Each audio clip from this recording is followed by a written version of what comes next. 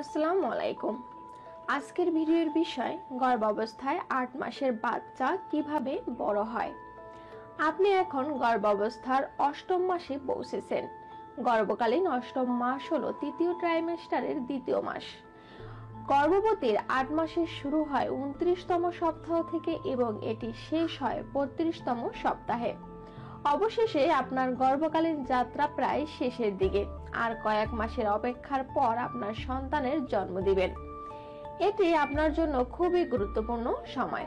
আপনার গর্ভে শিশুটির পরিবর্তন লক্ষণীয়। তাই আজকের ভিডিওতে দেখাবো যে 8 মাসে কিভাবে আপনার গর্ভের শিশুটি বড় হয় এবং এ সময় গর্ভে থাকা শিশু কি করে থাকে। তো চলুন দেখে নেওয়া যাক। 8ম মাসের শেষে আপনার শিশুর ওজন প্রায় 2 থেকে 2.2 কেজি হয়। এই মাসে আপনার শিশু প্রায় 44 থেকে 46 সেন্টিমিটার অর্থাৎ 18 ইঞ্চি পর্যন্ত লম্বা হয়। এ মাসে আপনি লক্ষ্য করবেন যে গর্ভের শিশুটি আরো বেশি নড়াচড়া করে আপনাকে আগের তুলনায় বেশি লাথি দিয়ে থাকবে। এ মাসে আপনার শিশুর ত্বকের সুরক্ষায় ল্যাগুনো নামক তীক্ষ্ণ চুলের যে আবরণ ছিল তা শিশুর জন্মের পূর্ব প্রস্তুতি হিসাবে ধীরে ধীরে পড়ে যেতে শুরু করবে। 8 মাসে আপনার শিশুর মস্তিষ্কের বিকাশ খুব দ্রুত হয়ে থাকে। 8ম মাসে শিশুর মাথার চুল দ্রুত বাড়তে থাকে। এ মাসে আপনার শিশু তার শরীরের তাপমাত্রা নিয়ন্ত্রণে সক্ষম হয়, কেননা যখন সে জন্ম নেবে তখন যাতে বাহিরের তাপমাত্রার সাথে সামঞ্জস্য করতে পারে। 8 মাসে গর্ভের শিশুটির মাথার খুলি নরম থাকে। এ মাসে আপনার শিশুর হাড়গুলি শক্ত হতে শুরু করে। তো চলুন জেনে নেই 8 মাসের মায়ের শারীরিক পরিবর্তন। গর্ভ অবস্থায় 8 মাসে আপনি কিছু নতুন উপসর্গের সম্মুখীন হবেন। এ মাসে মায়েদের জরায়ু উপরের দিকে বৃদ্ধি পাওয়ার কারণে আপনার নিঃশ্বাস নিতে কষ্ট হতে পারে এবং মায়েরা পূর্বের তুলনায় বেশি ক্লান্তি বোধ করে থাকবেন।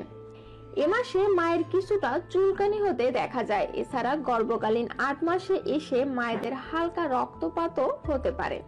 গর্ভকালীন শেষের দিকে এসে মায়েদের লেগ ক্র্যাম্প হতে দেখা যায়। গর্ভবতীদের 8ম মাসে মায়েদের পেট অনেক বড় হয়ে থাকে, ফলে মায়েদের ঘুমানোর ক্ষেত্রে অস্বস্তির সৃষ্টি হতে দেখা যায়। আর যে সকল মায়েদের ওজন অতিরিক্ত থাকে তাদের জন্য আরো বেশি অসুবিধার সৃষ্টি হতে পারে। তাই এ সময় মায়েদের স্বাস্থ্যকর ডায়েট মেনে খাবার গ্রহণ করা উচিত এবং ডাক্তারের পরামর্শ অনুযায়ী ব্যায়াম করতে হবে। মায়েদের 8ম মাসে চাপ ও উদ্বেগ অনেকটা বেড়ে যায়, কেননা এ সময় মায়েদের তাদের অনাগত সন্তানের জন্ম নিয়ে চিন্তা ভাবনা, ভয় এসব নিয়ে অনেক বেশি উদ্বিগ্ন থাকে।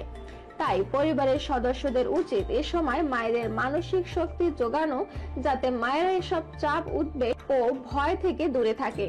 গর্ভকালীন শেষ মাসগুলি মায়েদের খুব স্পর্শকাতর, তাই এ মাসগুলোতে সাবধানতা অবলম্বন করা জরুরি, কেননা এ সময় একটি ভুল মা ও শিশুর জন্য ঝুঁকির কারণ হতে পারে। তাই সকল মায়েদের উচিত ডাক্তারের পরামর্শ অনুযায়ী চলা। আশা করি ভিডিওটির তথ্যগুলি আপনাদের উপকারে আসবে। আমাদের গর্ভকালীন 8ম মাস সম্পর্কে এবং গর্ভবতী সম্পর্কিত যে সকল তথ্যের জন্য কমেন্টস করতে পারেন। আমাদের পরবর্তী ভিডিও দেখতে চ্যানেলটি সাবস্ক্রাইব করে রাখুন। ধন্যবাদ।